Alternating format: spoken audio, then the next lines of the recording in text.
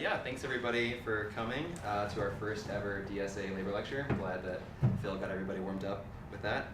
My name is Jake Douglas. I'm the chair of our labor committee. For folks who don't know, most people probably do, the Democratic Socialists of America is a rapidly growing movement of political and community activists who fight for the rights of ordinary people in our workplaces and our communities. DSA is deeply disturbed by the direction our country is headed in. The past few decades, there's been an enormous transfer of wealth from workers, the working class, to the rich. Wall Street and big corporations have rigged the rules of the game to serve them. Meanwhile, ordinary folks like us are working longer hours for less pay in less safe working conditions, while a tiny class of millionaires and billionaires has grown fantastically rich. So the lives of the 99%, which is us in this room, and those of the top 1% really have nothing in common. They profit off of our labor, our hard work, and lead lives of luxury while we can barely pay rent, afford healthcare, or provide an education for our children. There's something profoundly wrong with this system, which we call capitalism. For the vast majority of people, it means inequality, exploitation, and suffering. We at the DSA think that a better world is possible. Democratic socialists believe that in a modern country like the United States, no one should be too poor to live. We're fighting for a more free and humane society where the economy is democratically owned and controlled to serve the needs of the many, not just to make enormous profits for a few.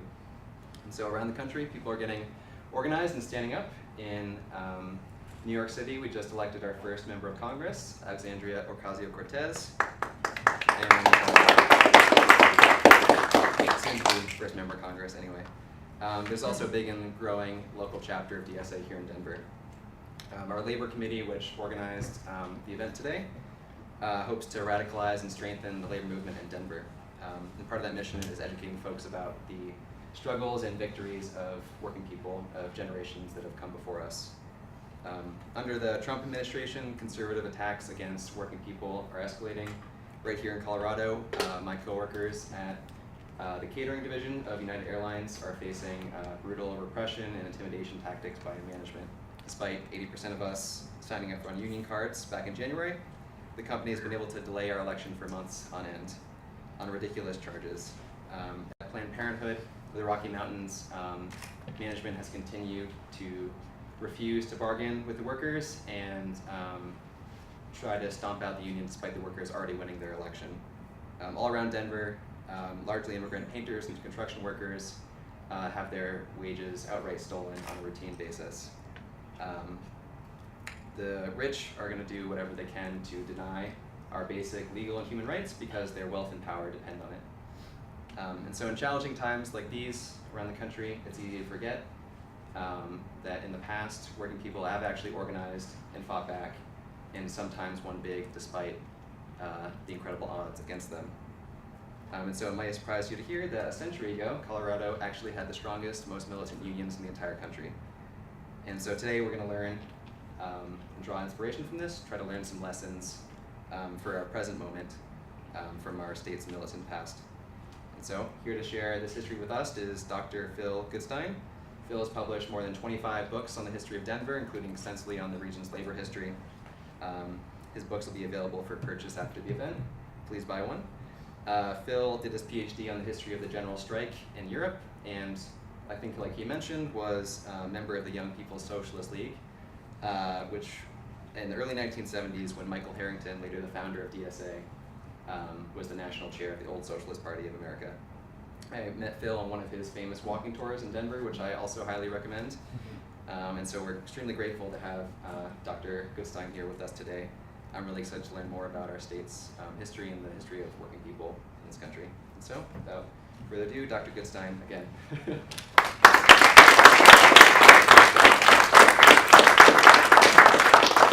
See, the reason it is so hard to find your way into here is because they have to go and evaluate whether you are really proper material for the State Department or the CIA. And believe it or not, that is where we are. We are right now in among the hottest of hotbeds of CIA State Department recruiting in the country. And the Say Center is a new name for this place of what the old-timers used to call the GSIS, the Graduate School of International Studies, that lands up actually dating back to the 1920s with corporate money. After World War II, Josef Korbel is a leading Czech Democrat. He serves in the democratic government of Czechoslovakia after the return of peace, and he's among the people whom the communists boot out of the country when they take charge of Czechoslovakia in 1948. He basically gets welcomed to the United States, and with help of everything from the Ford Foundation to the Rockefeller Foundation to the State Department, he is sent out to the University of Denver after the war of this to sort of transform what had been the foundation for the social sciences into the Graduate School of International Studies of this. And he had two people that are very, very noteworthy of this. His daughter is Madeleine Albright, and she sort of grows up as being his disciple of this, and among her ideological cohorts, speechwriters, aides, especially when she is U.S. ambassador to the United Nations, is a nice Denver boy named Tom Milstein, who was part of the Boulder Yipsel that was advocating the socialized bomb shelters of this, and later becomes a leading neocon ideologue along the way out of this. Then the all-time favorite student that Josef Korbel had was a failing piano student that wasn't quite a good enough quality to be a top-notch international pianist, and so she decided to do something best and study international studies under Josef Korbel, and that is Condoleezza Rice. Meanwhile, typical of the DU presence, besides those two people out of there, of this in terms of when we had our last liberal administration in Washington under George W. Bush, there was no college in the country that had a greater impact on the Bush administration, especially the campus, than DU. Because you not only had Condoleezza Rice in the cabinet as a DU alumni, you also had Gail Norton, Secretary of the Interior, a DU alumni, and a guy named Jim Nicholson, Secretary of Veteran Affairs, a DU alumni out of that there. And it's all, of course, gone downhill since then. But that's not what you came to hear about, unless you want me to talk all about the power and influence of the University of Denver of that. I didn't even bring my book on that topic today up there.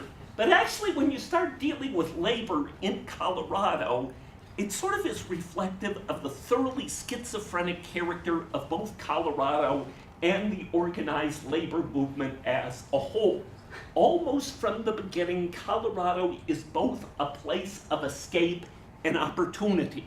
People are pulled out here by the hope of opportunity, of succeeding.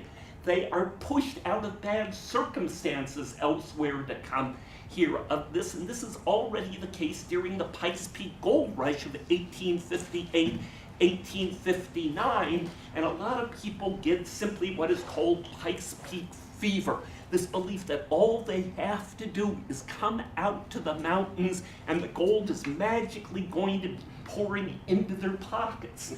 And before long, they fail. 99+% of all the people that come out here to mine gold fail miserably, and a lot of them go back to their old professions, including being typographers.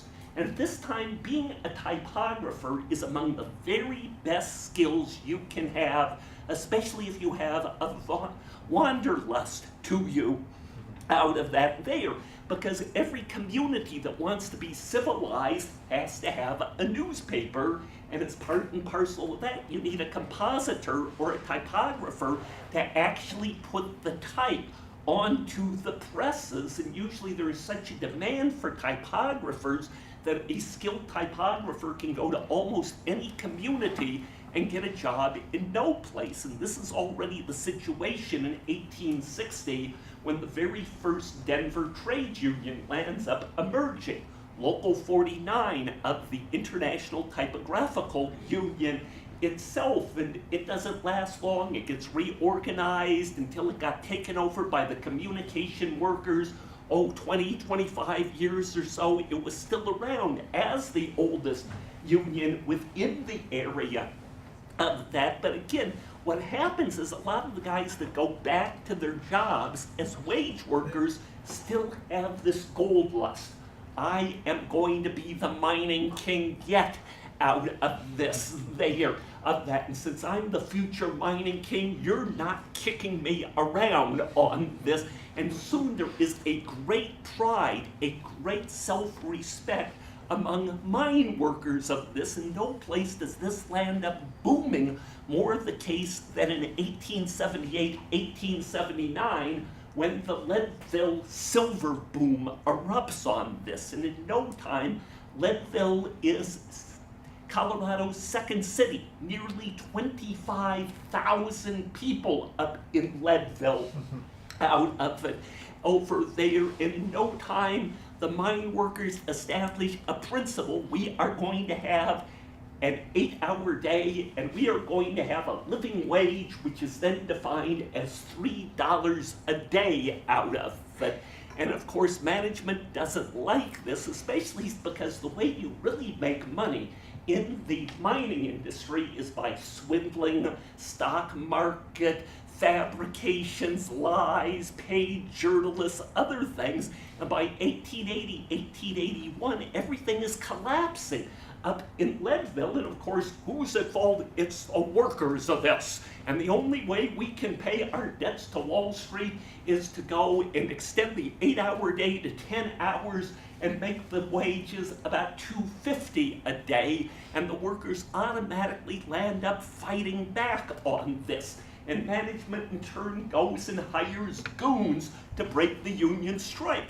The workers start fighting back along the way out of this. And look at those workers. Aren't they violent? Aren't they interfering with private property of this there? And amidst this, the governor of Colorado, Frederick Pitkin, decides, I'm not sure what I'm going to do about the Leadville situation. I think I need to visit Wyoming, and I'll let the lieutenant governor, Horace Tabor, who happens to be a big Leadville mine owner, take charge of everything. And no sooner is Tabor the acting governor than he decides the National Guard has to be sent into Leadville to bust the strike along the way. And that sort of soon becomes the pattern of Colorado. That is, the workers establish themselves through direct action. Management lands up hitting back on them. The workers fight back, and that shows that the workers are violent and don't respect law and order, and we need the National Guard to go and crush them for the occasion. Out of it, and there's nearly about 40 years of just constant strikes, constant turmoil in Colorado that is going and defining all of this. At first, the union that really is coming to the fore, going and speaking out, representing labor at this time, is something called the Knights of Labor. And the Knights of Labor is indicative of the troubled, uneven origins of modern American trade unionism. And the question is it actually a labor union that is representing its workers against management? Or is it a secret society where you have special vows and oaths and hand signs? Or is it something like just a good social club of this? Or maybe it's some sort of fraternal benefit organization out of there? And if we were to listen to the grand master of the Knights of Labor of the 1880s in particular, Terence Powderly, it's the brotherhood, it's the secret society, it hates unions, it hates socialists, it hates troublemakers, but it shows that we are the Just as chivalry was the knights of old, we are the modern chivalry. But amidst all of this, instead workers are gone and attracted to the Knights of Labor because it represents labor on this and helps give guidance and direction to what are often just spontaneous strikes and protests. And nobody more stands out as a national leader of the Knights of Labor than Joseph Ray Buchanan. He's born in Hannibal, Missouri, about 1851, becomes a typographer, drifts out to Denver, gets Leadville fever, and soon he's involved in the miners' strike up there. And as a veteran journalist who's also an outstanding speaker, he soon is the organizer, the leader of the Leadville strike, and he's soon known as the rip-roarer of the Rockies. And amidst all of that, once they have crushed the strike up in Leadville, the National Guard and the Management Goon Committee pays a visit to Joseph Ray Buchanan, and they say, we're really impressed with what you've been doing here. We think you deserve a gift. Here is a piece of rope we're going to put around your neck as our gift to you if you don't get out of town along the way. So Joseph Ray Buchanan gets out of town, he comes to Denver, and soon he has his own weekly newspaper, the Denver Labor Inquirer. And in no time, the Denver Labor Inquirer is far more than simply a Denver publication. It has strong national ties along the way out of this. There's constant reprinting of it and the rest of the labor press of this.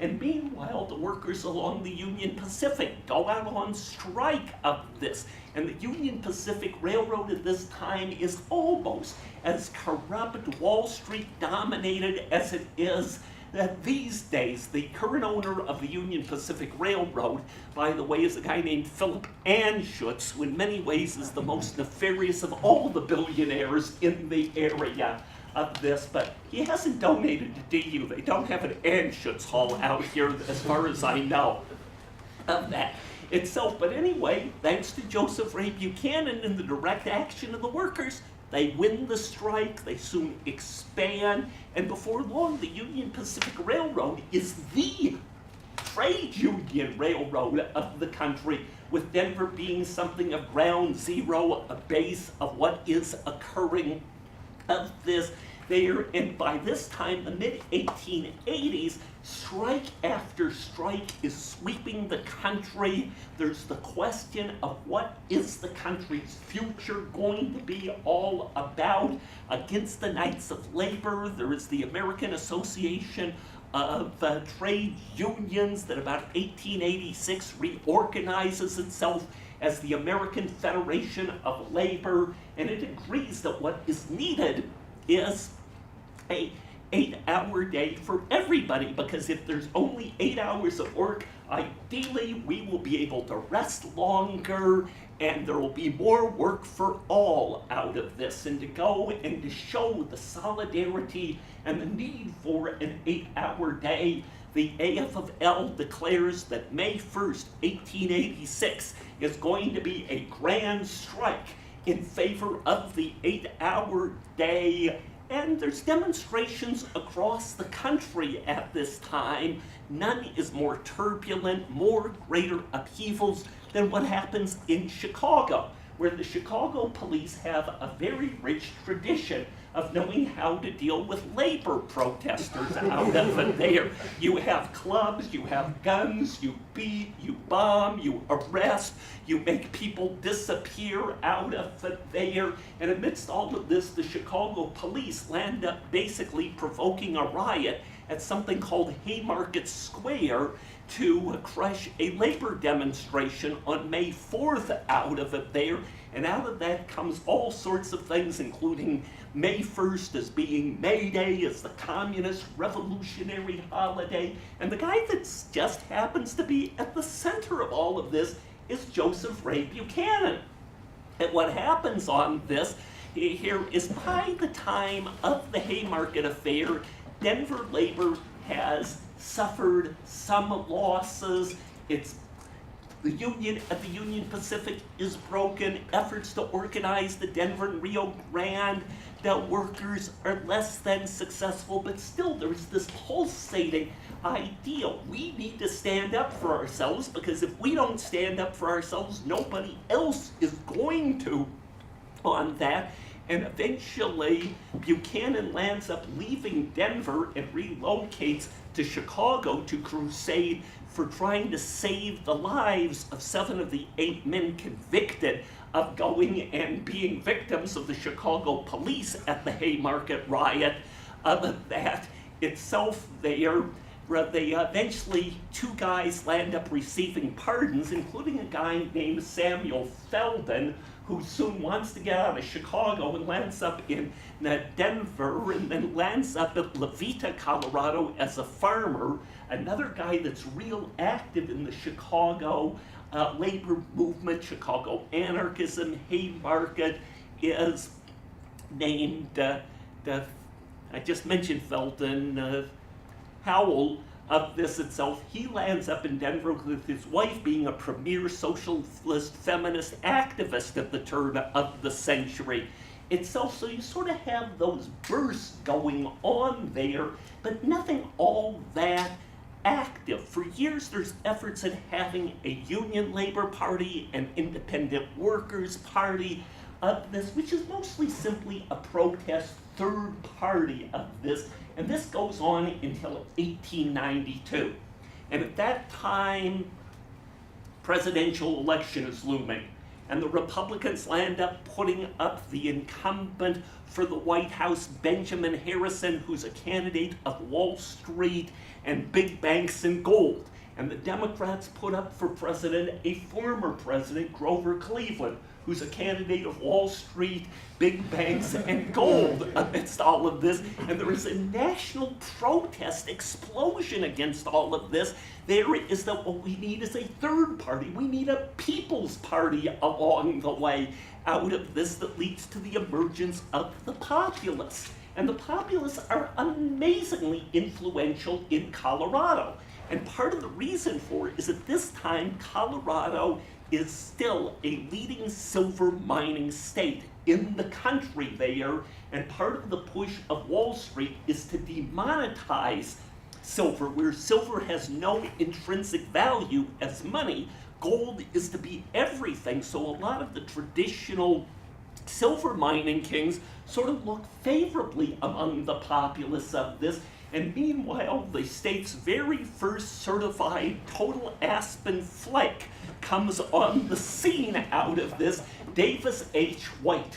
Davis H. White is this veteran reformer born in 1819 in upstate New York, old newspaper editor, school teacher, politician, member of the Kansas legislature, their wide-ranging learning expression of this itself on that. And he runs as the outright populist in 1892, denouncing the Republicans, denouncing the Democrats, and with the Democratic Party virtually totally collapsing that year, he lands up sweeping the state as is elected. The only radical governor of Colorado, the populists make great headway in the legislature, gain some other elected state offices.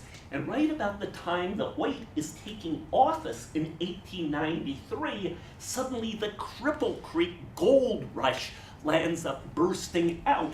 And the Cripple Creek is the first true gold bonanza in Colorado. There never really was much of a gold rush during the Pikes Peak gold rush. They just didn't find that much gold out here. It's the same with the San Juan gold rush, becomes a silver strike of this, but now, indeed, there is plenty of gold up in Cripple Creek of this, and soon management, corporate interests, especially tied with Philadelphia banks through the Penrose family, is deciding, well, how can we recruit plenty of unemployed silver miners up here? Because the existing miners that go up to Cripple Creek are insisting we want $3 a day as our wage for an 8-hour day for the occasion of that itself. And when management is trying to bust this, the people up in Cripple Creek sort of go and are pulled to a new workers' organization, the WFM, the Western Federation of Miners. And the Western Federation of Miners is actually formed in a prison cell up in Montana about 1893. And what had happened is the situation in Colorado had not been alone. Time and again, workers had organized. Time and again, they had been repressed by the militia, often thrown into prisons, often blacklisted for life from the mining industry, and a group of imprisoned veterans of Western mining strikes lands up creating the Western Federation of Miners.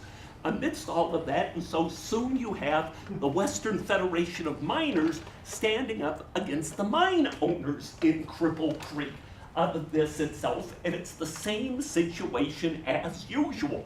The workers shut down the mine, the miners owners call in their goons, there are clashes between labor and the goons out of it, and they appeal to Governor Waite for help.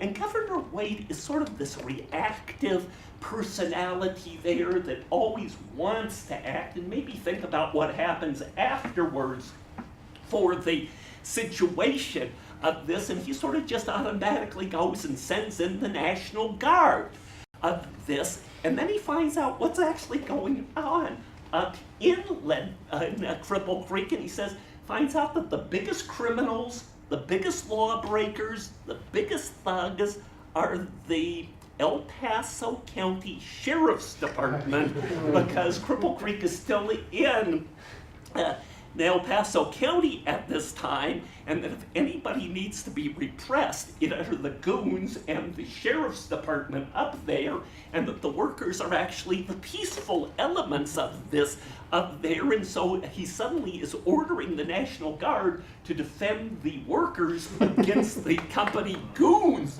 along the way out of it. Still, of course, you don't call into account deputy sheriffs that break the law or goons hired by the corporate elite out of this, but this sort of really establishes the Western Federation of Miners, and before long there's also a very, very strong branch of the WFM out in Telluride, most of the other gold camps through Colorado itself in about 1900, with Colorado really still being the center of the Western mining industry of that. The WFM decides that it is going to have its annual conventions always in Denver, and more than that, it is going to make Denver the national headquarters of the WFM.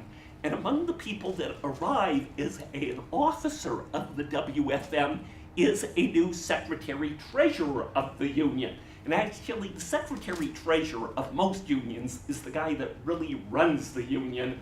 The president is the figurehead that goes out and talks. It's the secretary and treasurer that runs everything, the bureaucratic control. And the guy that shows up in Denver amidst all of this is Big Bill Haywood. William H. Haywood is born in Nevada in 1869 of a working class family, and he points out he's of an old Mayflower stock in terms of it, because that's among the other myths and smears about American socialism, that it was all produced by foreigners. And it's a foreign ideology, as if Christianity didn't come from Europe or other such things. So anyway, there's actually a lot of old Americans that were very strong in the union movement. Earl Browder of the Communist Party, James P. Cannon of the Socialist Workers' Party, for example, in some ways Eugene V. Debs' old American family. But anyway, Haywood grows up to be a big, aggressive young man who loves to whittle, until one day he's whittling,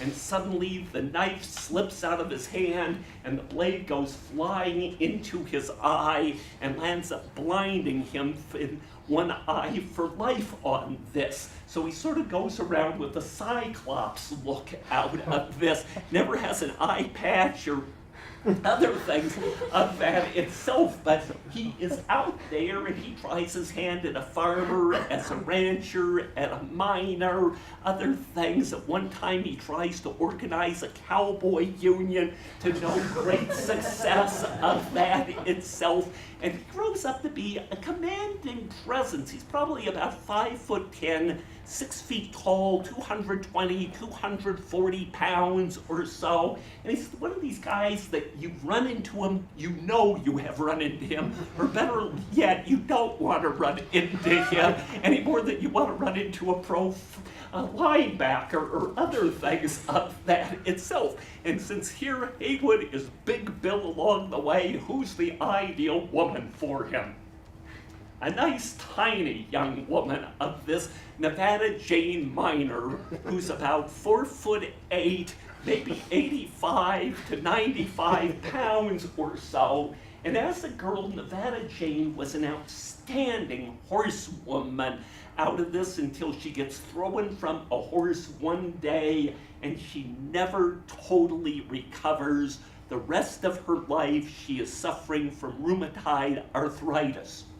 Meanwhile, they get married and they soon, Nevada Jane is the mother of 2 daughters out of this, and to support his daughters, Big Bill realizes he needs to get a good job, and he goes back into the silver mines up in Silver City, Idaho of this itself, and basically becomes a union man along the way, supports the union, and then he lands up going and getting hurt in a mining accident.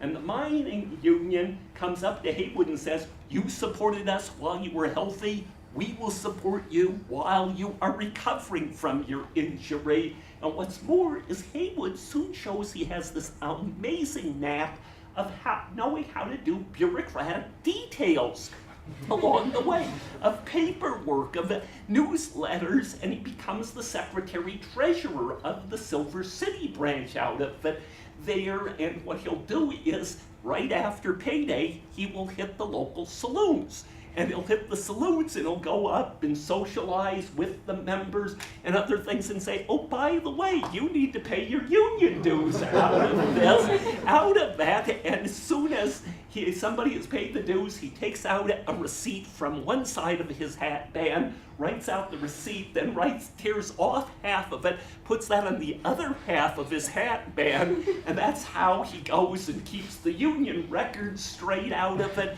He also is a greeting committee with the Western Federation of Miners, because there's an amazing churn that is going on in mining camps out of it. Workers are constantly coming and going, and part of the role of the secretary-treasurer organizer of a union is to greet newcomers as they come into town. And they basically will tell them, "Well, this is a union town, this is the Western Federation of Miners, this is what we do for you, and here's what happens if you don't sign up for the union," in terms of it there. So again, it's somewhat of a union city until there are massive strikes in Idaho in the 1890s. And by this time, the union has landed up going and putting a seeming friend of labor into the state house. As soon as he's in the state house, going from being a poor ranch owner, he's a nearly millionaire. Nobody quite is sure where Governor Frank Steunenberg's money came from, but as soon as there is a strike under Governor Steunenberg, you call in the National Guard and you crush the Western Federation of Miners of that. But meanwhile, Haywood continues to be a union activist. He soon is a national figure in the Western Federation and comes to Denver in 1901 as National Secretary-Treasurer of the Union. And by this time, the Western Federation of Miners has a lot of problems with the American Federation of Labor. And the American Federation of Labor soon decides it not only does not want to be anything like the old Knights of Labor but it doesn't want to deal with grubby workers either of this. The only people that the AFL really wants to represent are skilled labor of that itself, where every union should simply represent the craft of this. So you will have the carpenters will have a separate union than the plumbers, from the electricians, from the iron workers, on and on, just in construction of this. But for the unorganized, the sort of the mass production industries, there's no place for them. And as opposed to this, the Western Federation of Miners believes that anybody that works in the hard rock mining industry, be it the actual diggers, smelter workers, mill workers, processors, of that belongs in a one big miners union. And while they try to combine efforts in the hard rock miners, i.e. mild mining, with soft rock miners, i.e. coal miners, that never quite works out of that itself there. But meanwhile, to reach out, the WFM lands up forming something called the Western Labor Union. And the Western Labor Union is projecting itself as an alternative trade union federation to the American Federation of Laborers. And especially in these mining towns, if you're not a Western Federation of Miners worker, you can join the Western Labor Union, and you have everything from dance hall girls to bartenders to people minding the foundries to minding the stables are all part of it. And a lot of these are basically overwhelmingly union towns. In addition to that, there is a union hospital. The union headquarters has a reading room that is often the public library of these small communities, where in places you have upwards of 95% penetration of trade unionists in strongholds of the Western Federation of Miners itself. And within a few years, the Western Federation of Miners is going and trying to expand nationally when it creates something called the American Labor Union out of the Western Labor Union itself, which in turn lands up becoming a key element in helping create something called the IWW, the Industrial Workers of the World. But before that happens, there are new turmoils, new strikes, new fights over the 8-hour day in Colorado, and eventually the workers are strong enough at this time to work within the Democratic Party, and they even elect a socialist lieutenant governor in about 1898. David Coates, who's another typographer, who's never quite clear whether he really wants to be a socialist or he wants to be a Democratic Party politician of this, and he basically serves 1 2-year undistinguished terms, because one day he will say A, the next day he will say B, and when he says A in favor of socialism, he alienates all the Democrats. When he says B in favor of the Democrats, he alienates all the socialists of this, and the next thing you know, he's out in California as a raving, social chauvinist, i.e. somebody that is more interested in building chauvinism or militarism than socialism, but that's a whole different story yet. Anyway, that it's going on, and meanwhile, the state legislature passes an 8-hour day bill about 1903 of this, but the problem is there's quite a difference between a piece of paper saying this is such and such the case, there's going to be an 8-hour day, and the actual implementation of it itself on there. And again, the Colorado Supreme Court is supposed to decide this. This time there are 3 members of the Colorado Supreme Court, and invariably, whatever the verdict is, it tends to be 2-1 in favor of management. So about 1904, supporters of workers' labor say we ought to expand the Supreme Court to 7 members of that itself there, and the Republican governor of the time, James Peabody, says, okay, I get to pack the court regardless of what the law says out of this. And by this time, James Peabody is sort of the embodiment, personification of reaction in Colorado. He's a Canyon City mine owner, banker, who was elected governor in 1902.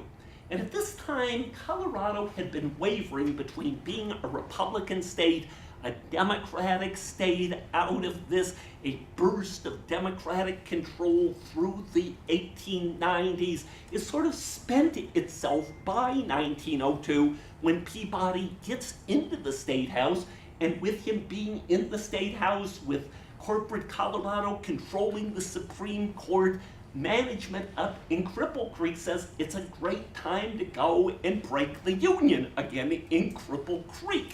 And this time, there's no nonsense about it. They send in the National Guard to support management. There's convenient explosions, terrorist actions through the place. Hundreds of workers are beaten, thousands arrested, deported from Colorado. That's how they were dealing, by the way, with worker troublemakers, union activists at this time. They would go and have boxcar trains out of this, and they would just sweep the streets in a place like Cripple Creek during a labor demonstration and herd everybody first into what was called a bullpen, i.e. the place where they would keep the cows and the bulls as part of cattle drives of there. Then they would march them to the train yards, open up the cars, boxcars, shove the guys in the middle of the boxcars, and basically just haul the people into Kansas or New Mexico or Wyoming and push them out in the middle of no place out of that there. Other than that, and after a tumultuous strike, basically labor is defeated in Cripple Creek. After a tumultuous struggle, it manages to maintain itself as a victorious force down in Telluride.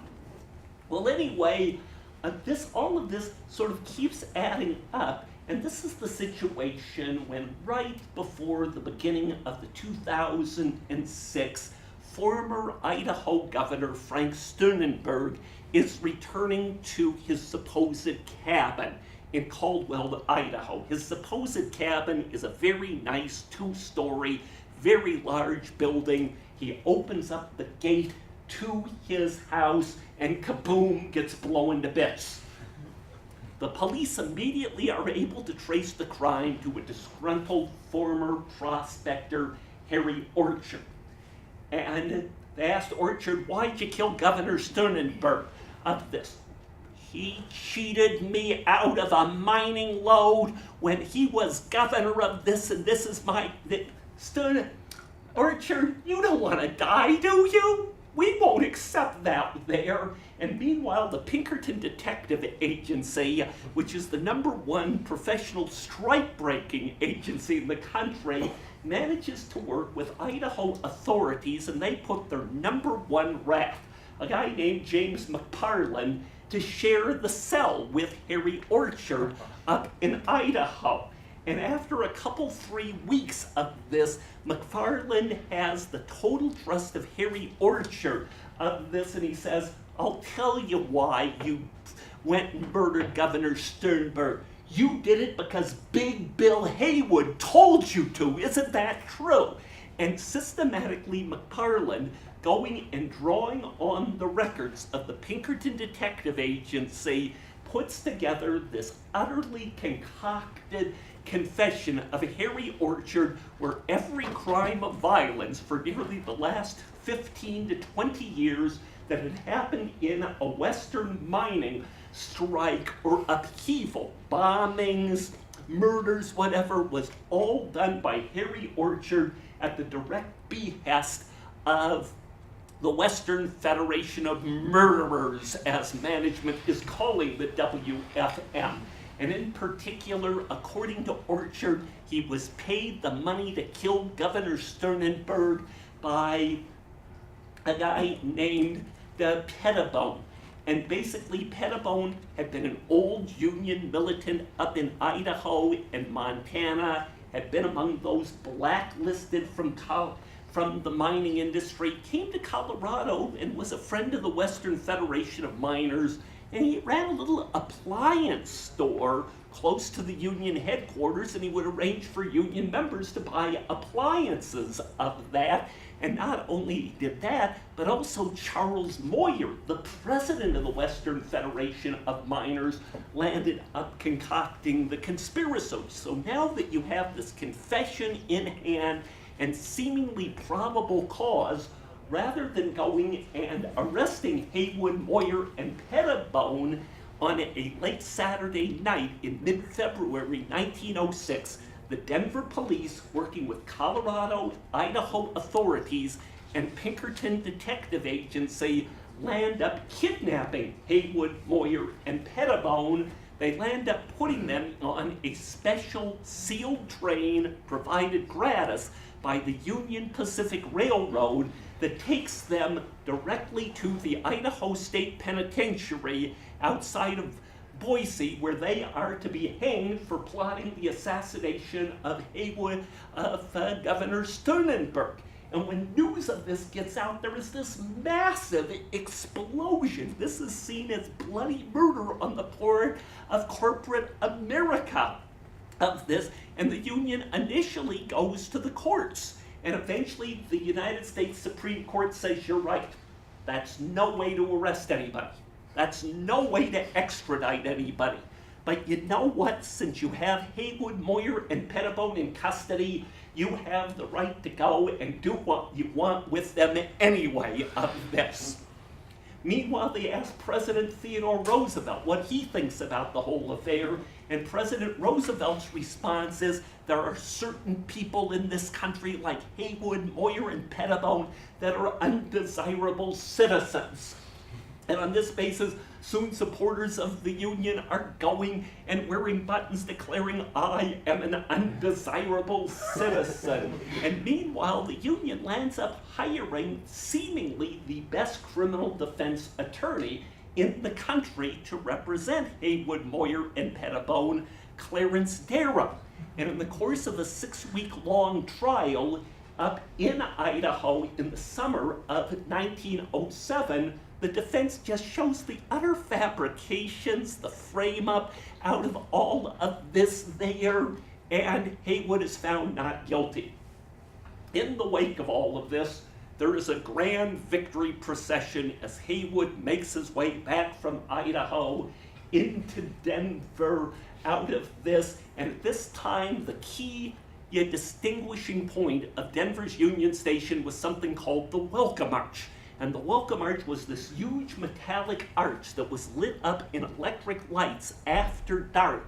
So the first thing somebody coming to Denver would see would be the Welcome Arch, knowing that when Denver is a nice, friendly city, they soon want to call home on this, and probably somewhere between 5,000 and 10,000 workers turn out at Union Station on a Sunday evening to welcome Haywood back into town. And right as the train pulls into Union Station, the city turns off the lights of the Welcome Arch that evening. Of that. Meanwhile, Idaho tries again and tries going and trying George Pettibone out of all of this.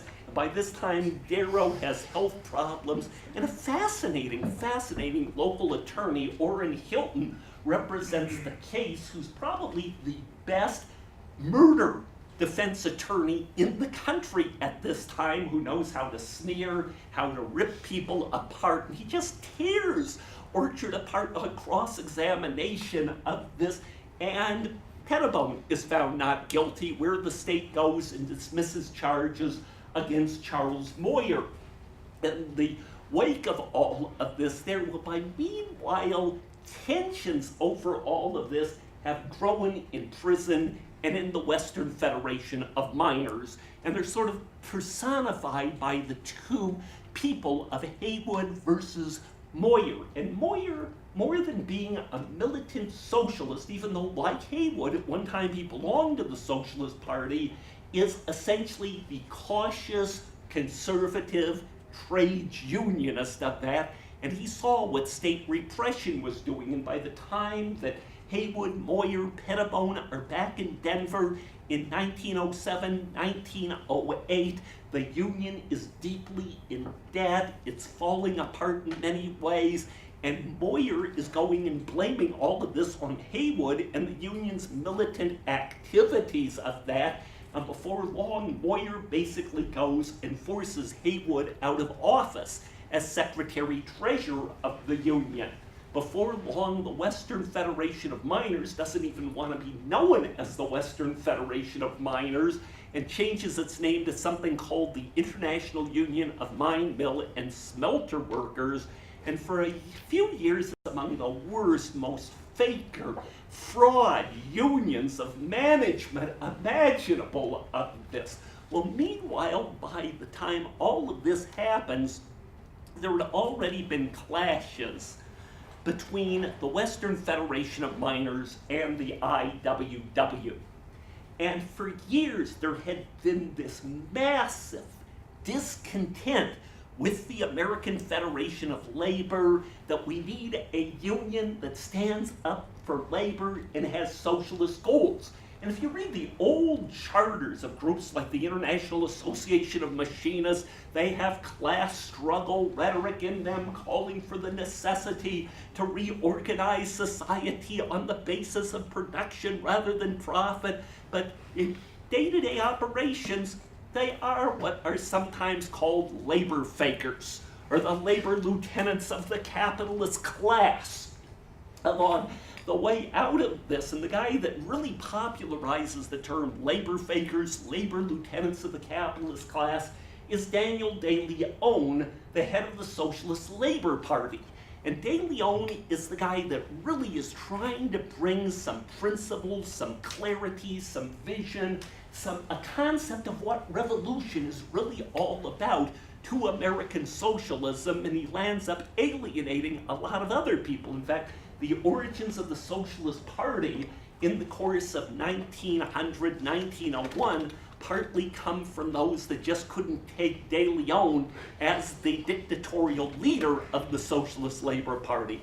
But anyway, he has his group, the Socialist Trade and Labor Alliance there. There's the American Labor Union, numerous other organizations that are just totally discontented with the AFL, and they decide to have the Continental Congress of Labor in Chicago in 1905 with Bill Haywood being in the chair. And rather than calling the meeting to order with a gavel, he just has a piece of lumber that he pounds on the table out of that up there. And on this basis, the IWW lands up emerging with this idea of sometimes called the double edge of labor's sword. You need the political side, you need the industrial side coordinating together, or do you really need direct action instead of politics? And within a year, that whole debate tears the IWW apart of that. But a lot of the people around the Western Federation of Miners, which was the largest component union within the early IWW, of that, such as Haywood, such as a guy named St. John that was the leader of the Western Federation of Miners in Telluride, of this are key figures in there itself.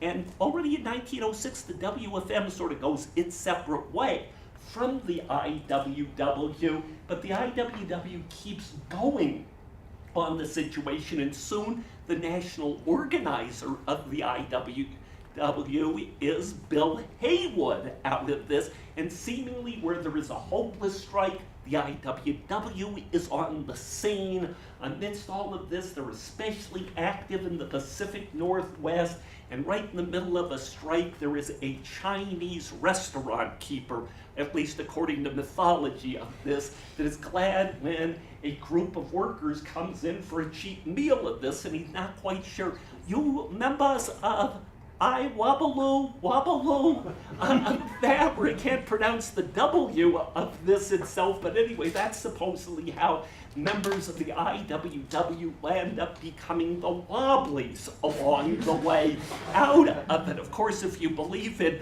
management, IWW stands for I won't work.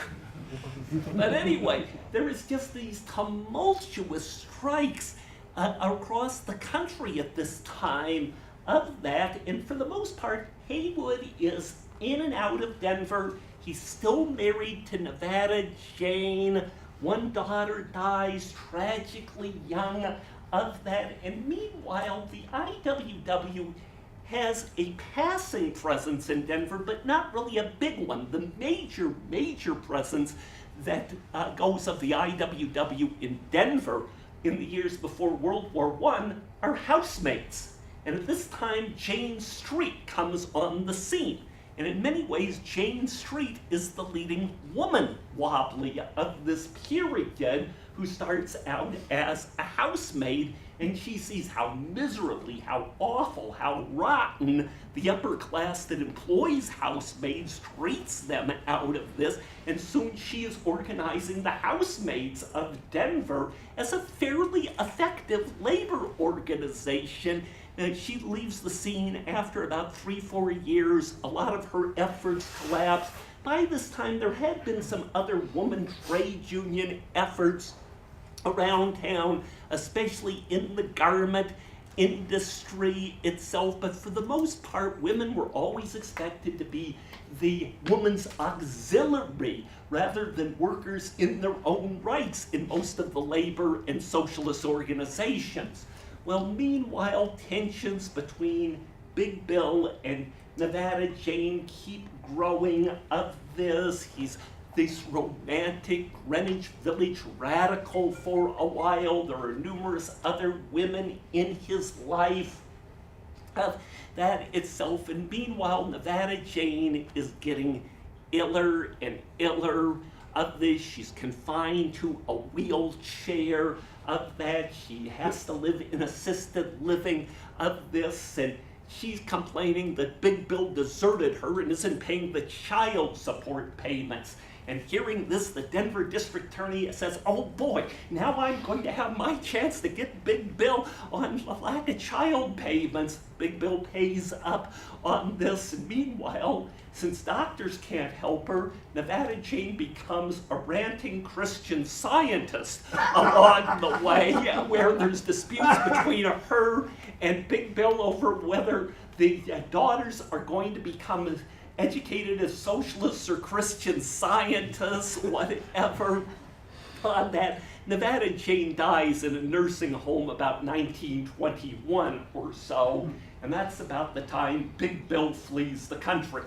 And what happens on this itself is in the years before World War I, the socialist movement, both in the United States and internationally, were declaring that war was indeed an utterly criminal activity along the way, and that if corporate imperialist Europe and America would be so criminal to go and resort to war, we have to go and respond to the war with revolutionary action to turn the imperialist war into the socialist revolution.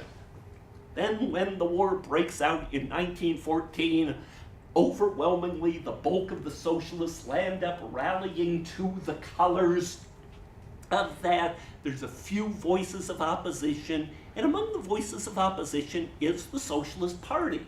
And right on the American entry into World War I in April 1917, there is a special emergency convention of the Socialist Party in St. Louis where it adopts overwhelmingly an anti-war resolution. The IWW under Big Bill is not really as committed on this time, and by this time, by the way, the Socialist Party has expelled Big Bill from its ranks.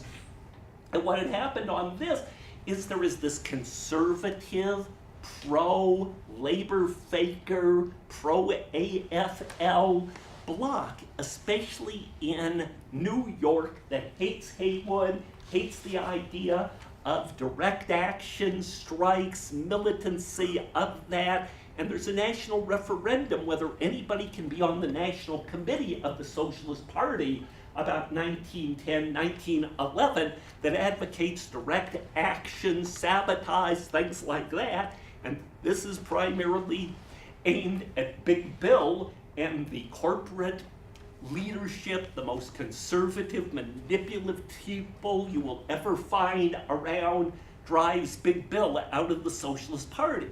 And he really is, by this time, is the militant trade union activist. He doesn't want to take on the government on the question of war. So when the U.S. enters World War I, the basic position of the IWW is that of neutrality. This is a political question. We are dealing with industrial issues itself.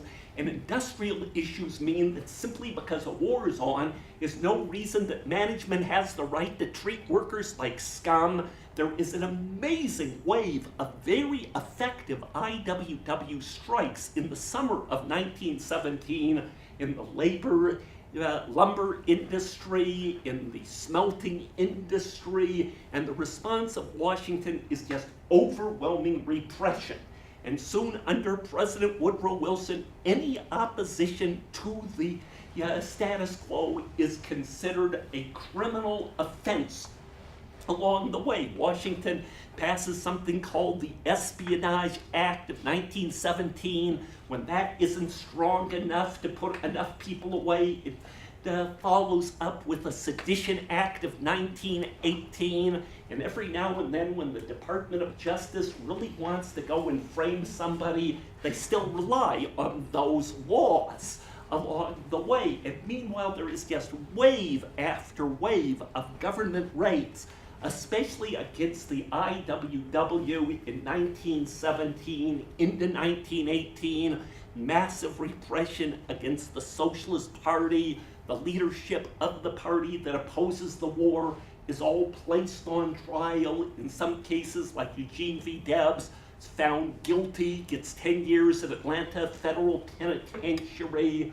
Well, meanwhile, Haywood, along with 100 other members of the IWW out of Chicago, is part of a show trial in Chicago that is presided by this utterly reactionary, intolerant federal jurist, Tennessee Mountain Landis, along the way out of this.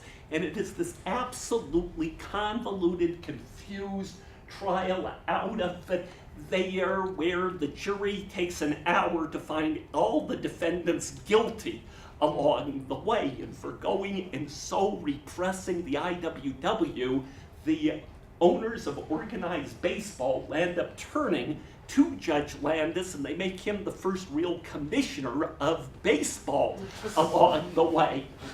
Meanwhile, Haywood is finding himself faced with 20 years in Leavenworth for violating the Espionage and Sedition Acts. And by this time, he's getting old, he's having some severe health problems, he's suffering diabetes on this, and he really doesn't want to go back to jail.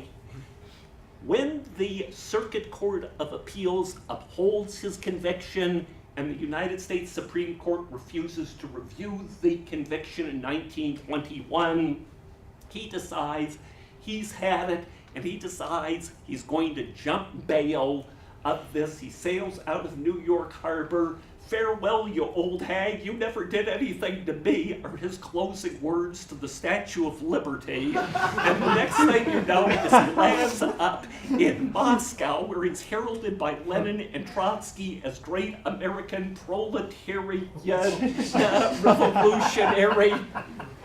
When Haywood dies in 1929, he lands up being cremated. Half of his ashes are placed in the Kremlin wall next to Lenin and other communist dignitaries, so there's another Denver boy who made good. Meanwhile, and are the questions, comments on this? I'm just getting started, believe it or not. They're 15 minutes. Oh, you have your choices. between Mother Jones or the first Columbine Massacre? Mother Jones. Mother Jones. Okay.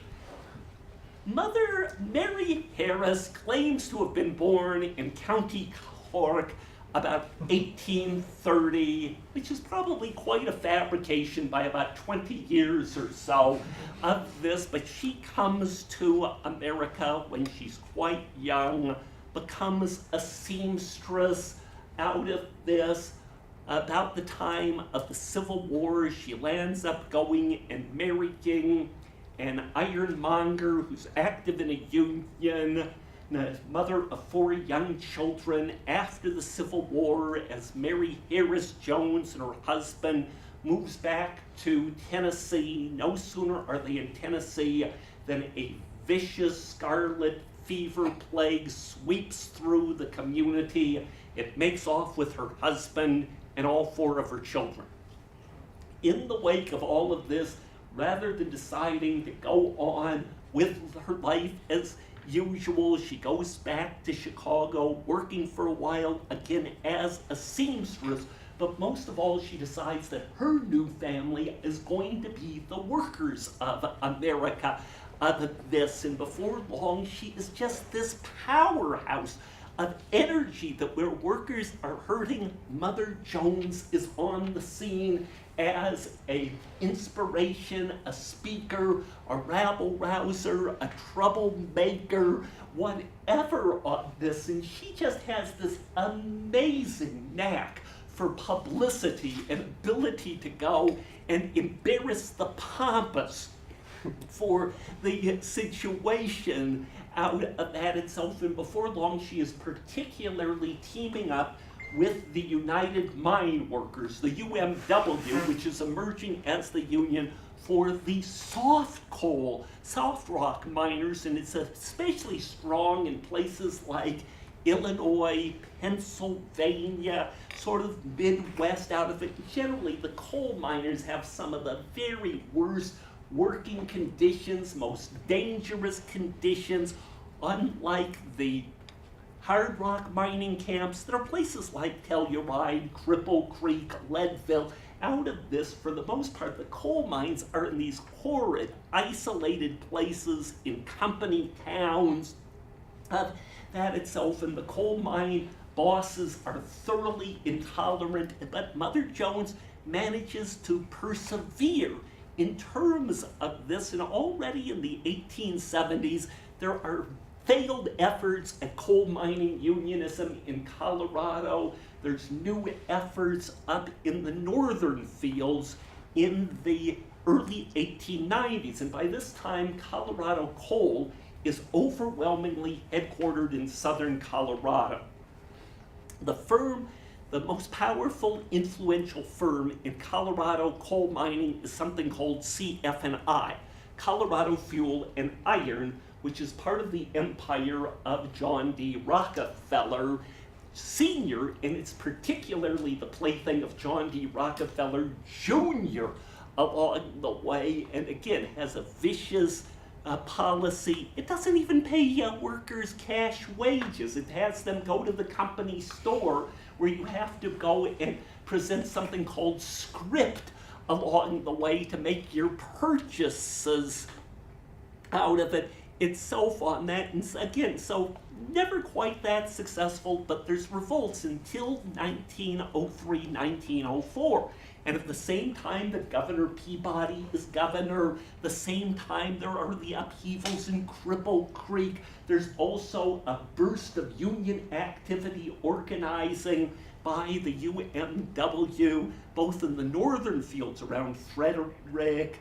Actually, Boulder was once an old coal mining town of that itself. They are also in southern Colorado near Pueblo, Walsenburg, Trinidad, again, all old coal mining towns of this itself. The problem that the union has to have on all of this is how do you bring the message to the workers out of it that are isolated in these various towns there, where often you have the Slavs fighting the Greeks, that are fighting blacks, that are fighting Hispanos fighting, so to speak, English workers out of it. And what's more, usually the towns have their own private goon squads, police forces, and here somebody comes up and he's met at the gate to the town. Hi, I'm an organizer with the United Mine Workers of America, and I am come to your town to go and talk to the workers about the benefits of joining the UMW, and bang, so smash, get out of here if you know what's good for you. So this is where Mother Joan comes on the scene. And by this time, she's in her 70s, if we believe her myth of being born in 1830. And oh, I'm just this poor old woman, and I have some thread and needles and things that I know the wives of the miners really would like out of it itself. So they let her in as a peddler along the way out of it, and soon she's making the message out. By this time, seemingly everybody knows her as Mother Jones out of it, and before long, there's a good deal of success in the northern fields, and Mother Jones decides to go down to the southern fields of that itself on that. One person that doesn't want her down in the southern fields is Governor Peabody out of this, and he orders the police to go and make sure she does not go into southern Colorado. And typical of the way Mother Jones operates is she goes to the Capitol one morning right when the doors are opening and sort of tips off the press. They might see something very entertaining going on this, and here she is camping right in front of the door to the governor's office when Peabody shows up. You, Governor Peabody, you don't own the state of Colorado, whatever of this. And while she agitates, eventually management is successful and lands up breaking the coal miners' strike of 1903-1904. Still, conditions are bad, the churn of workers is constant.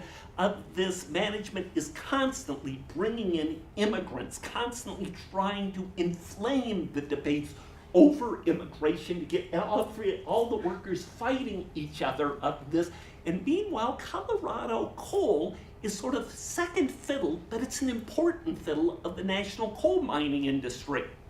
And by 1913, the National United Mine Workers realizes that it needs to go and reach out and organize the western fields to protect its gains in the eastern fields. So it once more sends Mother Jones out on to the scene out of this. The only difference this time is the governor in 1913 is Elias Ammons, a Democrat who's also a raging reactionary along the way, but that's a whole different question on this itself. And he basically goes and states, Mother Jones, you are not going to southern Colorado. We are not going to have outside agitators down there interfering with the Baldwin-Felts Detective Agency. And the Baldwin-Felts Detective Agency is second to the Pinkertons as being this major strike-breaking force out of this. Recently, the Baldwin-Felts Detective Agency had been very active in trying to bust the United Mine Workers in West Virginia. And the old hillbillies in West Virginia knew that if somebody shot with you, you take your old rifle out and you shoot back of this itself. And actually, in many cases, the workers that did far more violence to the Baldwin-Felts Detective Agency than the goons were able to do to the miners out of that there. But anyway, it's that, but they're not outside agitators because they've been brought in by the Rockefeller Corporation of that. So anyway, Governor Ammons puts detectives on the trail of Mother Jones, and if she was to get on any train to coming to Colorado of this, she is to be towards the southern field. She is immediately to be taken off and arrested and deported from the state. Well, so Mother Jones knows she's being followed and simply goes over into a working class quarters, visiting. And suddenly Mother Jones disappears.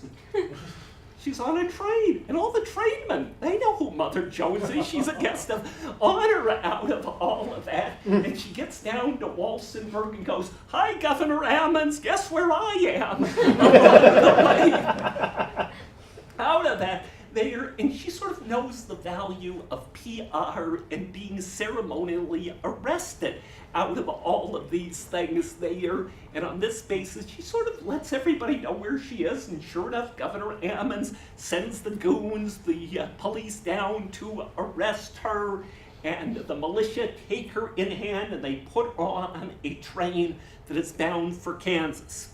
And the head of the detachment goes up into the conductor and he says, "I want you to keep your eye on this woman at every moment until you are in Kansas. You better not let her out at any place in Colorado or we'll come and we'll get you on the occasion out of that." So the train blows the whistle and sets out for Kansas. No sooner is the train heading towards Kansas than the conductor comes over. "Hi, Mother Jones.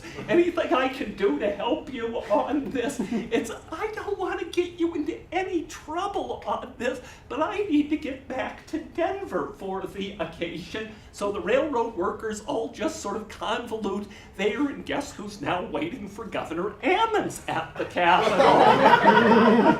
Out of that, there, so she's made her point, and she goes again, escapes surveillance, gets back down, and she's initially headed to Trinidad this time there, and they do catch her in Walsenburg, and they decide to put her in a cellar under the Walsenburg City Jail. And she goes and describes the situation as this unventilated, unheated place out of it where she had to fight off sewer rats with a broken beer bottle in there of that. And she reflects, but it was probably just as well, because if I got released from here, I would have to be out fighting the human sewer rats anyway. And again, what is the state of Colorado doing that it has to hold in medieval dungeon-like conditions this 83-year-old agitator out of it? And once she has made her point of this, she knows it's time to move on, and besides, she needs to go down to the Mexican border to try to convince Mexican workers not to come in at the behest of the Rockefellers to break the strike in Colorado there. And meanwhile, management has kicked all of the striking miners and their family out of the company towns. And the response of the United Mine Workers was to lease federal land where they buy a bunch of camping equipment, and they land up going and creating these tent villages through southern Colorado. Other than that, that's where the miners live from the time they go out on strike in September 1913, and systematically the goons are out there attacking the workers are shooting back, and there is violence. And doesn't this mean that the National Guard has to come on the scene and protect everybody in the name of peace? Well, no sooner is there seeming peace with the National Guard down there than the soldiers are bored and outraged. Most of the members of the National Guard at this time are middle-class individuals that have joined the militia in the name of patriotism. They don't want strike duty, because what strike duty basically means is standing around all day in frigid weather and just hoping that absolutely nothing happens of this. And they have careers, and they want to get back to Denver. And soon the soldiers in the National Guard are mightily complaining about strike duty, and the state is going broke for paying for the National Guard down in southern Colorado. So in the wake of this, Governor Ammons tells members of the National Guard, if you can find a replacement, you will be relieved of duty and you can get back to your jobs in Denver. And where do you find a replacement to serve the strike duty? Well, there's the members of the Baldwin Felts Detective Agency. And soon, suddenly, the members of the Baldwin Felts Detective Agency are not simply the goons in the pay of the Rockefeller Corporation, they're also soldiers in the Colorado National Guard. And there is just this sporadic violence. They have something called the Death Special, where they have their own machine gun. And they'll put the machine gun on a flat car of a railroad track, and every now and then they'll just go by a tent village and take pot shots at the tent villages there. And starting out with about 10 tent villages, there's maybe 2-3 left by April 1914. And the winter of 1913-1914 is among the very worst ever in Colorado. In fact, the all-time worst snowstorm ever in Denver hit the city in early December 1913, when more than 50 inches of snow fell. This itself, but despite this, the workers have managed to last out the winter. Spring is arriving of this. The National Guard is mostly being withdrawn until Greek Easter, 1914. And amidst all of this, sort of the center of the workers' resistance is something called Ludlow Crossing. Ludlow Crossing is about halfway between now Walsenburg and Trinidad, where a couple of railroad tracks land up intervening, and they have the Ludlow village down there. About 1,000 workers, children, wives, others have survived the winter down in Ludlow. And there is just this constant harassment by the National Guard, Baldwin Felts Detective Agency, and right when they're having a celebration on Greek Easter, a delegation of the National Guard shows up. Where's the kid? Give us the kid. What kid? You know who I'm talking about. You're going to produce this kid right now or else. What? You're not giving us the kid? You better watch out. We'll have something for you tomorrow. And sure enough, right at near dawn on Monday, April 21st, 1914, the National Guard attacks the camp at Ludlow. And by this time, the Union had defense procedures of this. To escape attacks, they had dug bunkers under the tents. After all, they're miners. They know how to build bunkers out of this. And that is where women and children are to go in case of attack on this, while the idea is the men that have some ancient guns available are to go to the nearby hills and try to distract any attack by fighting guerrilla tactics in the hills out of this there. Well, the miners are totally, completely outgunned out of it. There's an all-day running firefight between the miners and the National Guard. Finally, right about dusk of this, the miners are completely out of ammunition. The National Guard figures it's time to attack, comes swarming into the tent village of Ludlow, starts looting the place of that. It then lands up soaking the tents with kerosene, setting them afire, and then setting up the machine guns to shoot anybody trying to escape out of all of that. And right when the massacre really seems to get going of this, fortunately, a freight train comes out of nowhere, sort of separating the soldiers from the inhabitants of Ludlow. In the wake of the ruins the next day, they find smothered to death in the bunkers 2 women and 11 children of what is known as the Ludlow Massacre. There really is, nobody really knows how many people were killed in Ludlow of this. People just disappeared, bodies disappear. That I would think at least 25, 30 people were murdered at Ludlow itself. Well, anyway, there is mass indignation in the wake of the Ludlow Massacre, and the workers basically declare war on corporate Colorado. And soon you have these insurgent bands of miners that are just marching from mine to mine in southern Colorado, blowing up mines, shooting down company guards, and now there really is an insurrection on that, and Governor Ammons tries to remobilize the National Guard, and, oh, I have other commitments, oh, I'm ill, and none of the members of the National Guard now want to go back into the service to have to go and fight real angry workers along the way out of this. And in a desperate plea for help, Governor Ammons turns to President Woodrow Wilson. And Wilson very reluctantly goes and sends in federal troops to crush what's called the 10 Days War.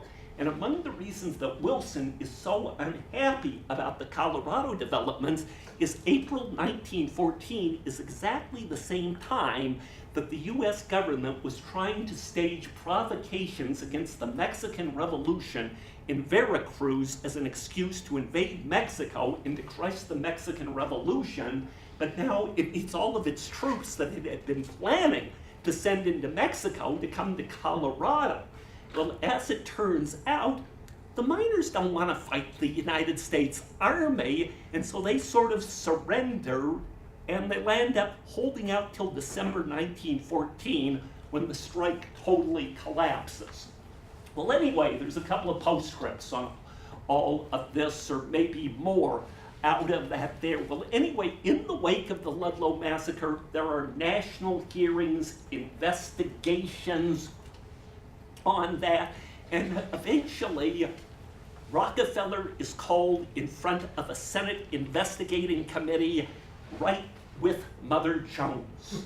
And the two of them face off in there of that, and one of the senators asks Mother Jones, do you think that Mr. Rockefeller really wanted all the violence and suffering in Colorado?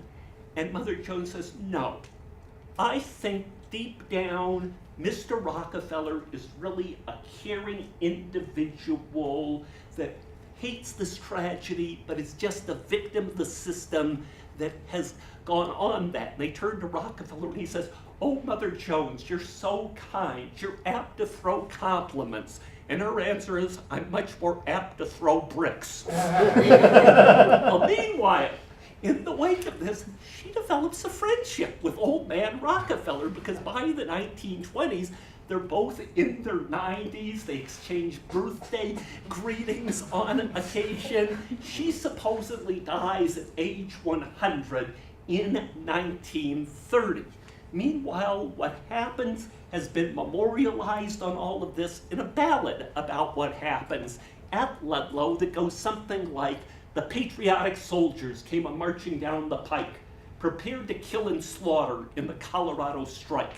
With whiskey in their bellies and vengeance in their souls, they prayed that God would help them fill the miners full of holes. In front of these brave soldiers loomed a sight you seldom see. It was a white-haired rebel woman whose age was 83. Charge, cried the captain in awful thunder tones, and the patriotic soldiers charged, and they captured Mother Jones. Oh, it's great to be a trooper with a musket in your hand, prepared to do the dirty deeds that the lords of wealth command. It's great to shoot a miner and hear his dying groans, but none of these compare to that charge that captured Mother Jones. So enough already.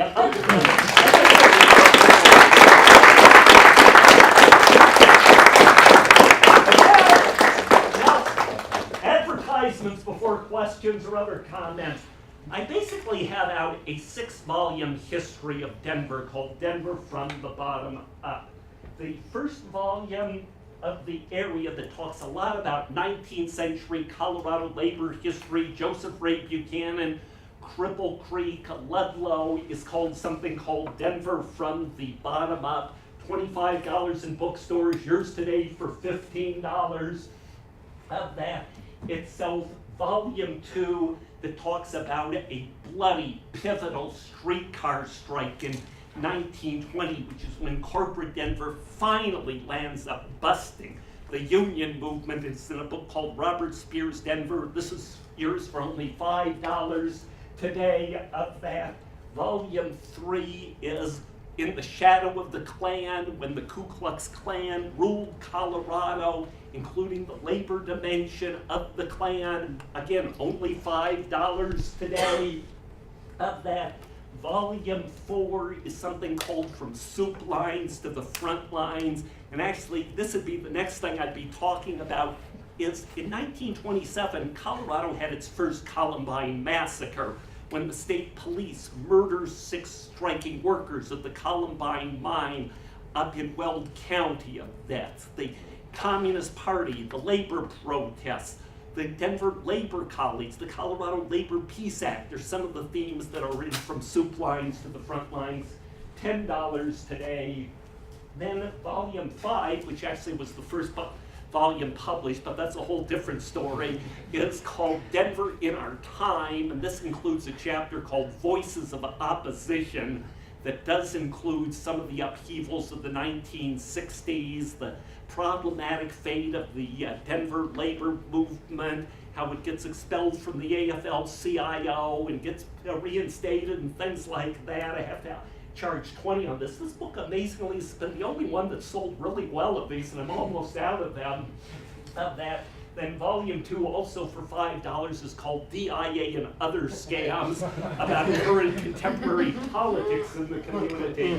One other book I'll have available for $5 is a true crime book called Murders in the Bank Vault. The reason I brought this is the guy I wrote it with, Walter Garage, was for years the foremost social activist people's attorney of Denver, that sort of brings in some of his cases of how the courts can sometimes be used to stand up against tyranny, repression, whatever. I also have a newsletter I put out, you're welcome to get a copy, called The Naysayer, that denounces everything under the sun over in Denver.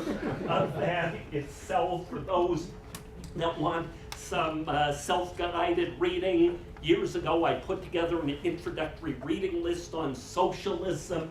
Of that, I do give a wide variety of tours and talks. A free talk I will be giving next Saturday evening is on basically the history of the DSA, the forerunners of the DSA, what happens with socialized bomb shelters, State Department socialists, all sorts of things like that. So with that said, questions, comments, rebuttals, or is it time to get out of here? Yes? What would you recommend for good source material for George Tikas? Okay, Louis Tikas. Sorry, Louis. Or Tikas, not sure. Buried Unsung is a biography of Louis Tikas. Came out about 1983, 1984, about a Greek immigrant who was the leader of the Ludlow colony, and he's murdered by the militia right before all the shooting starts on April 21st, 1914. Again, that's in my bibliography of one of my books. Finding it is another question. Other comments, questions? Well, Jake, what's the closing comments then? Well, I think they're actually. Oh. Yeah, well, thank you, Dr.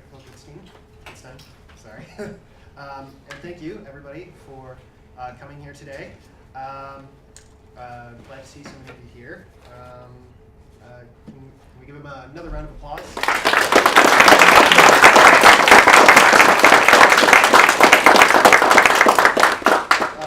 Yeah, so after the event, feel free to check out the book table, help support our guest lecturer today.